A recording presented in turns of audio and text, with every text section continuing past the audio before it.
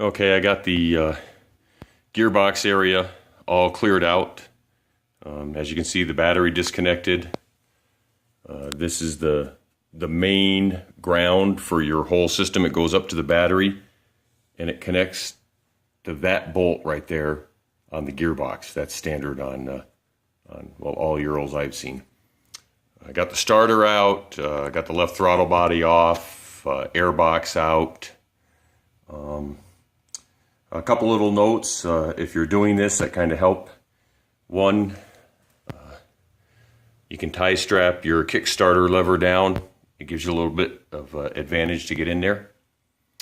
You can see it from this side. I'll try to zoom in. Right there I have the speedometer cable disconnected.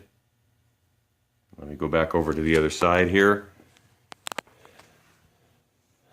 I have the neutral light disconnected. It connects to that stud right there, a wire. On the rear, right below me there, that black dot right there is the rear brake switch, and all you have to do is disconnect the spring right here from the brake lever, and then disconnect the two electrical wires. They're quick disconnects. You can leave the brake switch right in place there on the gearbox.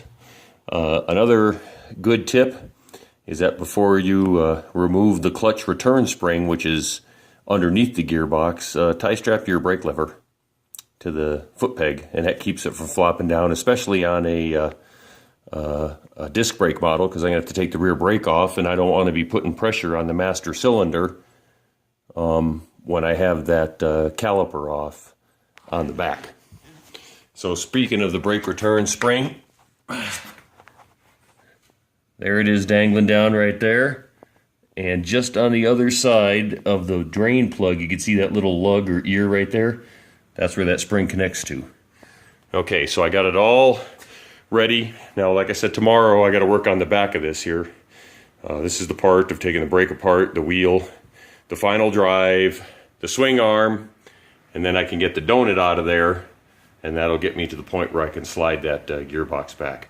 And just to let you know, I did kick it around, and you can kind of see just the edge of a clutch screw right there. I checked all the clutch screws, and they're all good, so it isn't any of those at all.